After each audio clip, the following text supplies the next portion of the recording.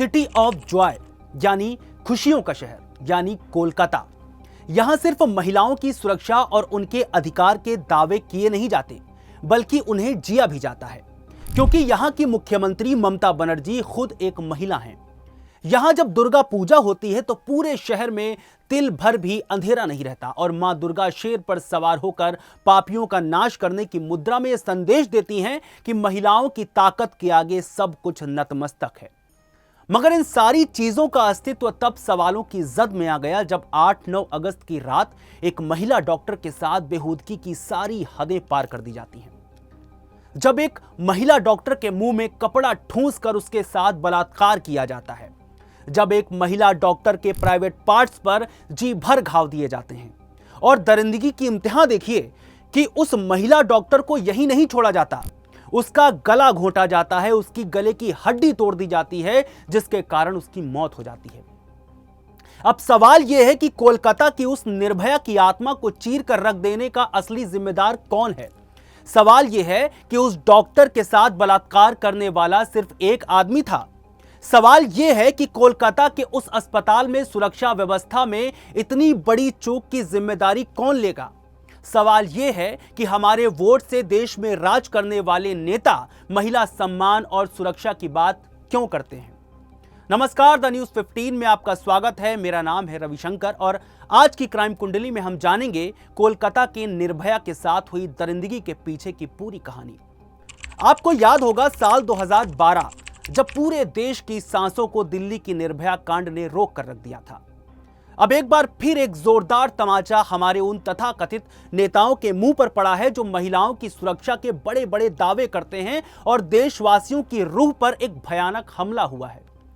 क्योंकि अब हमें हमारे परिवार की महिलाओं को आश्वासन कौन देगा कि आप सुरक्षित हैं। यह सवाल इसलिए क्योंकि कोलकाता की निर्भया कोई आम महिला नहीं थी, बल्कि लोगों की जिंदगी बचाने वाली एक डॉक्टर थी जिसे हम भगवान कहते हैं। या यूं कहें कि जैसे हम और आप हर रोज दफ्तर जाकर काम करते हैं, वैसे ही उसका दफ्तर भी अस्पताल है, मगर दुर्भाग्य वो सुरक्षित नहीं है। कोलकाता के आरजी कर मेडिकल कॉलेज में 8-9 अगस्त की रात हुई इस बीभत्स घटना के बाद पूरे देश में डॉक्टरों ने कोहराम मचा दिया। देश की राजधानी दिल्ली का सफदरजंग अस्पताल हो या एम्स हो या फिर राम मनोहर लोहिया हॉस्पिटल, हर जगह ओपीडी बंद कर दी गई। सिर्फ दिल्ली ही क्यों, लखनऊ, हैदराबाद या देश में जितने भी छोटे बड़े शहर के अस्पताल हैं, हर जगह डॉक्टरों में गुस्सा देखा गया, हर जगह आंदोलन किया जा रहा है। इस मामले में अभी तक पश्चिम बंगाल स्वास्थ्य विभाग ने आरजी मेडिकल कॉलेज के सुपरिटेंडेंट को सस्पेंड किया है। घटना सामने आने के बाद से लगातार रेजिडेंट डॉक्टरों का विरोध प्रदर्शन जारी है। उनका आरोप है कि इस मेडिकल कॉलेज की पूरी सुरक्षा एजेंसी में खामी है। पुलिस के मुताबिक ट्रेनी डॉक्टर की बॉडी 9 अगस्त को सुबह हॉस्पिटल के सेमिनार हॉल में मिली थी, जिसकी मौत हुई है, जिसके साथ बलात्कार हुआ है। क्राइम सीन पर एक ब्लूटूथ ईयरफोन भी मिला है। सीसीटीवी फुटेज में आरोपी संजय सुबह 4 बजे सेमिनार हॉल में अंदर जाते दिखाई दिया। इस दौरान उसने कानों में ईयरफोन लगाया हुआ था। कुछ देर बाद जब वो हॉल से बाहर आया तो उसके पास ईयरफोन नहीं था। इसके बाद संजय समेत कुछ संदिग्धों को पूछताछ के लिए बुलाया गया। पुलिस ने क्राइम सीन पर मिले ईयरफोन को सभी संदिग्धों के फोन से कनेक्ट करने की कोशिश की। ईयरफोन संजय के फोन से कनेक्ट हो गया। पूछताछ के दौरान संजय ने रेप और मर्डर की बात कबूल ली। संजय हॉस्पिटल में पुलिस की मदद के लिए सिविक वॉलंटियर के तौर पर काम करता था। उसका हॉस्पिटल के ज्यादातर डिपार्टमेंट में आना जाना लगा रहता था। पुलिस ने उसे 9 अगस्त को ही गिरफ्तार किया था। इस मामले में बीती 12 अगस्त को रेजिडेंट डॉक्टरों के संगठन federation of all India resident doctors association यानी फ्रोडा ने देशव्यापी हड़ताल की थी। निर्भया की हत्या को लेकर फ्रोडा की मांग क्या क्या है वो आपको बताते हैं। फ्रोडा का कहना है कि घटना का विरोध कर रहे डॉक्टरों पर पुलिस बर्बरता या दुर्व्यवहार ना करे, जो अभी तक होता दिखाई दिया है। कभी उनके ऊपर वाटर टैंक से पानी छोड़ दिया जाता है, कभी आंसू गैस के गोले दाग दिए जाते हैं, यानी उन्हें विरोध प्रदर्शन से रोकने का हर प्रयास किया जा रहा है। फ्रोडा का कहना है शांतिपूर्वक विरोध करने के उनके अधिकार का सम्मान किया जाना चाहिए। मृतक डॉक्टर के परिवार को उचित मुआवजा दिया जाना चाहिए। इस मामले में जल्द न्याय हो। केंद्र सरकार को सभी अस्पतालों में स्वास्थ्य सेवा कर्मियों की सुरक्षा के लिए एक अनिवार्य प्रोटोकॉल जारी करना चाहिए और उसे लागू करना चाहिए, जिससे इसका सख्ती से पालन सुनिश्चित हो। Central health care protection act को लागू करने में तेजी लाने के लिए मेडिकल एसोसिएशन और कम्युनिटी वाली एक्सपर्ट कमेटी का तुरंत गठन होना चाहिए। उधर कोलकाता की घटना के विरोध में इंडियन मेडिकल एसोसिएशन यानी IMA ने 17 अगस्त से 24 घंटे के लिए देश में डॉक्टरों की हड़ताल का ऐलान किया है। इस दौरान इमरजेंसी के अलावा कोई दूसरी सर्जरी नहीं की जाएगी। अब आप समझ सकते हैं कि जो तमाम मरीज OPD का चक्कर लगाते हैं उनके साथ क्या होने वाला है। और यह गलती किसकी है? डॉक्टर्स की नहीं है। यह गलती सीधे तौर पर प्रशासन की है। यह गलती सीधे तौर पर उन लोगों की है जो सुरक्षा व्यवस्था का बड़ा बड़ा हमें ढांढस बंधाते हैं। इसके बाद जो सबसे बड़ा सवाल यह है कि डॉक्टर के साथ बलात्कार हुआ था या फिर सामूहिक बलात्कार हुआ था। तो all India government doctor association के एडिशनल सेक्रेटरी डॉक्टर सुवर्ण गोस्वामी ने 14 अगस्त को पोस्टमार्टम रिपोर्ट के हवाले से कहा कि यह रेप नहीं गैंगरेप हो सकता है। उन्होंने बताया कि ट्रेनी डॉक्टर के प्राइवेट पार्ट से 151 mg सीमन मिला है। इतनी ज्यादा मात्रा किसी एक शख्स की नहीं हो सकती है। इस बात की पूरी संभावना है कि रेप केस में एक से ज्यादा लोग शामिल हो सकते हैं। अब पोस्टमार्टम रिपोर्ट में क्या बड़े खुलासे हुए हैं, उनमें से कुछ पॉइंट्स आपको बताते हैं। अब नॉर्मल सेक्सुअलिटी और जेनाइट टॉर्चर के कारण ट्रेनी डॉक्टर के प्राइवेट पार्ट्स पर गहरा घाव पाया गया है। पहला पॉइंट है, चिल्लाने से रोकने के लिए नाक, मुंह और गले को लगातार दबाया गया। गला घोटने से थायराइड कार्टिलेज टूट गया। सिर को दीवार से सटा दिया गया जिससे वो चिल्ला न सके। पेट, होंठ, उंगलियों और बाएं पैर पर चोटें पाई गई हैं। हमला इतनी जोर से किया गया कि चश्मा के शीशे के टुकड़े उनकी आंखों में घुस गए। डॉक्टर के दोनों आंखों, मुंह और प्राइवेट पार्ट से खून बह रहा था जब वो सुबह पाई गई। चेहरे पर आरोपी के नाखूनों से बने खरोंच के निशान मिले। इससे पता चलता है कि पीड़िता ने खुद को बचाने के लिए बहुत संघर्ष किया था। यह स्थिति है जब उसके साथ जघन्य अपराध हो रहा था।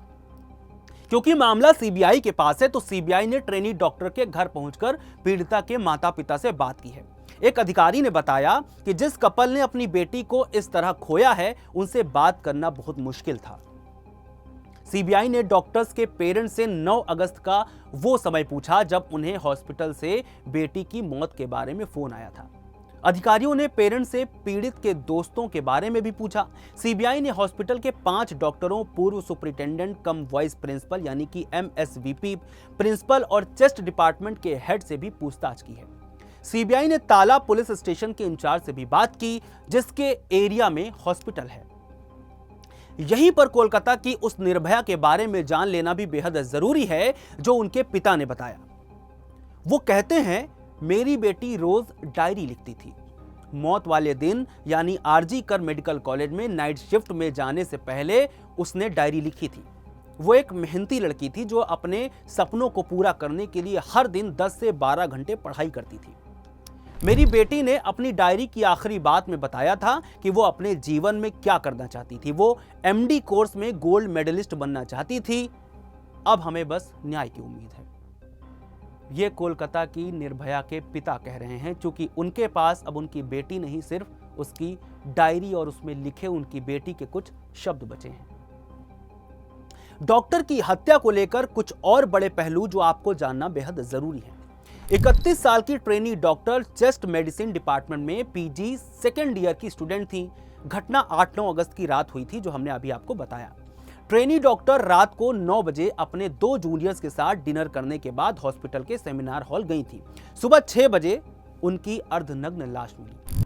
पुलिस ने कहा था कि रेप के बाद मर्डर किया गया है। घटना सुबह 3 बजे से 6 बजे के बीच हुई है। CCTV में आरोपी संजय 4 बजे सेमिनार हॉल से बाहर आता देखा गया है। ऑटोप्सी रिपोर्ट्स के मुताबिक ट्रेनी डॉक्टर्स के प्राइवेट पार्ट, आंखों और मुंह से खून बह रहा था। चेहरे और नाखून पर चोट के निशान भी थे।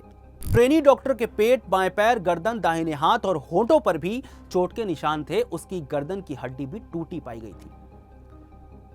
ममता बनर्जी सरकार ने SIT बनाई। हॉस्पिटल मैनेजमेंट ने भी 3 मेंबर्स का जांच पैनल बनाया है। पुलिस ने आरोपी संजय को 10 अगस्त को गिरफ्तार किया था।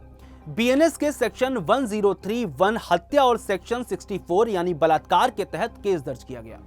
पुलिस ने बताया कि आरोपी हिंसक पोर्न वीडियो देखता था, यानी कि जो पॉर्न वीडियो बड़ी हिंसक होती हैं, वो आरोपी देखता था। उसने वारदात को अंजाम देने से पहले शराब भी पी थी। बहुत लोग दावा कर रहे हैं कि वारदात को अंजाम देने से पहले आरोपी संजय ने पॉर्न वीडियो भी देखा था। मेडिकल स्टूडेंट्स, भाजपा, कांग्रेस और वाम दलों के अलावा देश भर के जूनियर डॉक्टरों ने सीबीआई जांच की मांग को लेकर प्रदर्शन किया। 12 अगस्त को मेडिकल कॉलेज के प्रिंसिपल ने इस्तीफा दे दिया। उन्होंने कहा, सोशल मीडिया पर बदनामी हो रही है, वो मेरी बेटी जैसी थी। इस पूरे मामले में 14-15 अगस्त की रात बेहद महत्वपूर्ण रही, क्योंकि इस रात कोलकाता के आरजी कर मेडिकल कॉलेज में लेडी डॉक्टर के साथ हुई रेप और मर्डर की वारदात के विरोध में रिक्लेम द नाइट नाम का विरोध प्रदर्शन शुरू हो गया। इसका मतलब है रात पर अपना अधिकार हासिल कर लेना। इस प्रदर्शन को आजादी की आधी रात में महिलाओं की आजादी की खातिर प्रदर्शन का नाम दिया गया। देखते ही देखते कोलकाता में आयोजित विरोध प्रदर्शन हिंसक हो गया। यहां आधी रात को हालात उस वक्त बिगड़ गए जब उग्र भीड़ हॉस्पिटल की इमरजेंसी बिल्डिंग में बैरिकेड तोड़कर घुस गई। रात करीब 12 बजे अस्पताल में जमकर तोड़फोड़ की गई, डॉक्टरों के साथ मारपीट की गई। अस्पताल परिसर में जिस जगह प्रदर्शनकारी डॉक्टर धरना दे रहे थे, उस जगह पर भी उपद्रवियों ने तोड़फोड़ की और कुर्सियां तोड़ दी, पंखे तोड़ दिए। इमरजेंसी वार्ड के अंदर शायद ही कुछ बचा हो।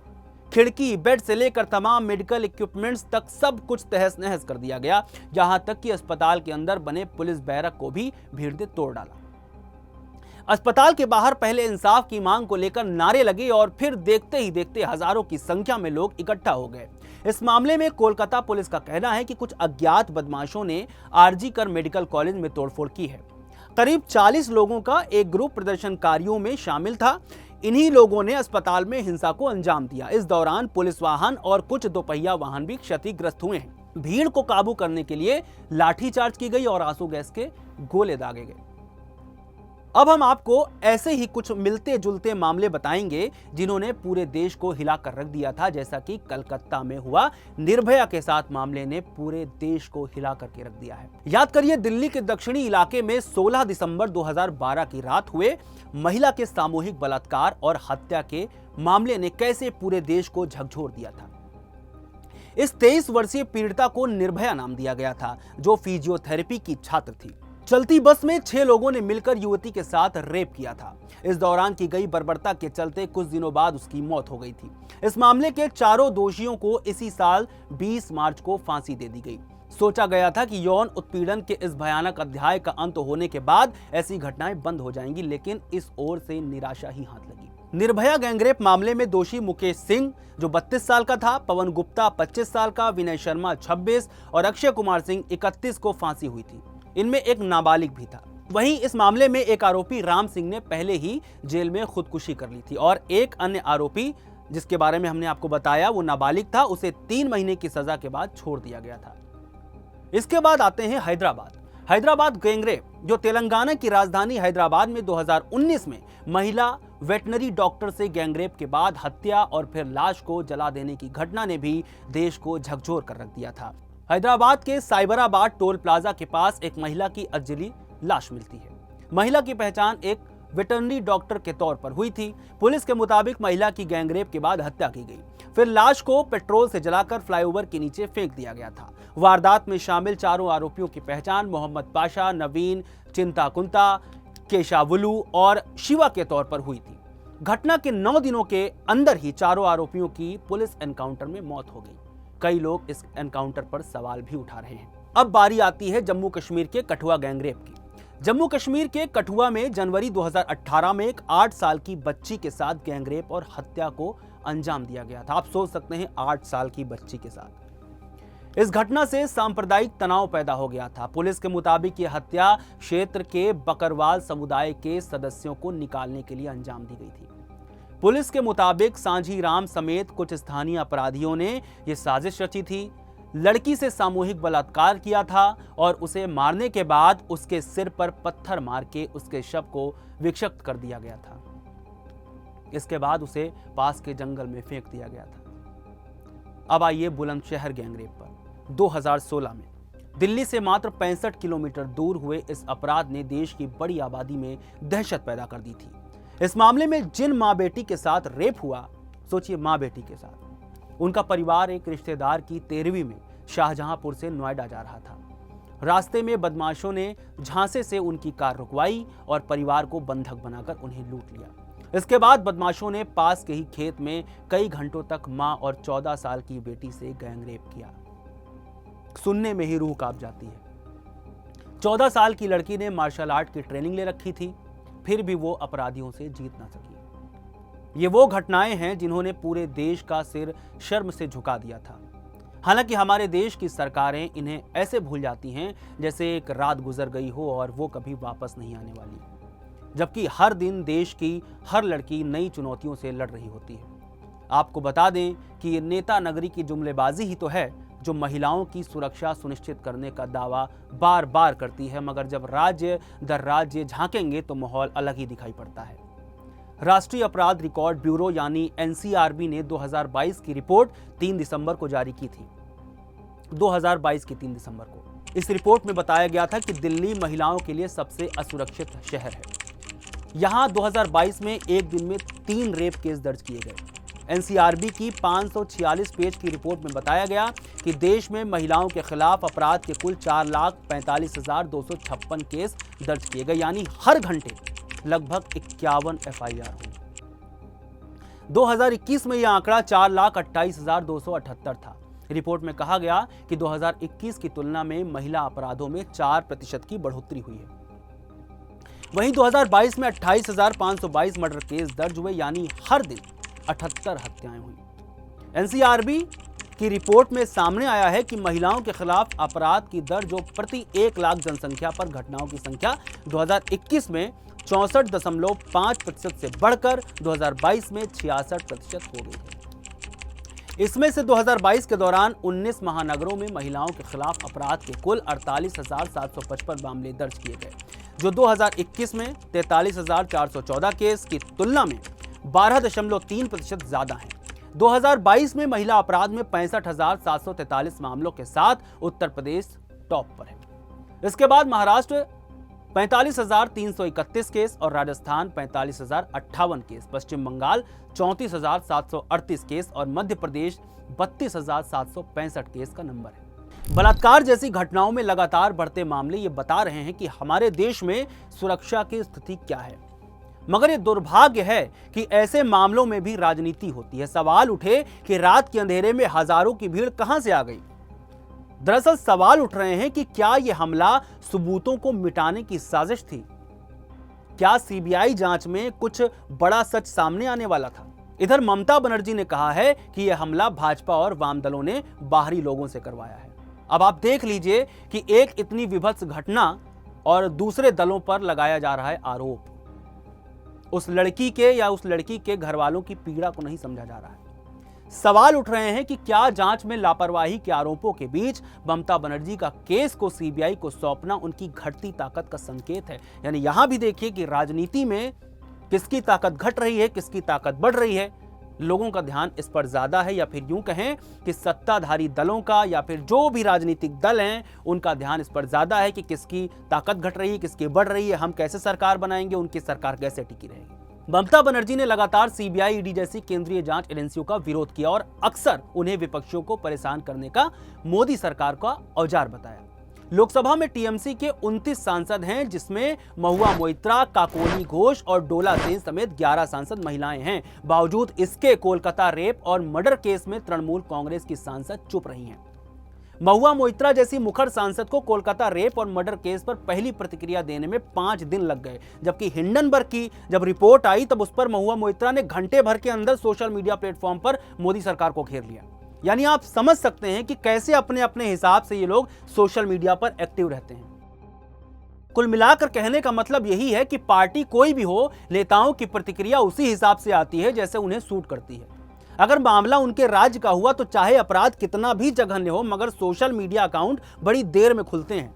यही घटना अगर किसी दूसरे राज्य में हुई हो तो क्या सोशल मीडिया और क्या सड़कों पर उतरना, हर चीज बड़ी आसान हो जाती है। ये है हमारे देश के नेताओं का चरित्र। कोलकाता में घटी ये कोई पहली घटना नहीं है, ये हमारे आस पड़ोस में हर रोज घटती है। मगर हम तब तक नहीं जागते जब तक हमें खुद मुआवजे की राशि लेने की नौबत ना आ जाए। हम टीवी पर लोगों को बोलते हुए तो देखते हैं, सुनते हैं और फिर चादर तानकर सो जाते हैं। अगले दिन फिर क्या कुछ नया सुनते हैं और प्रशासन को कोसते रहते हैं। मगर यह बात भी ठीक है कि एक आम आदमी के पास इसका उपाय क्या ही हो सकता है।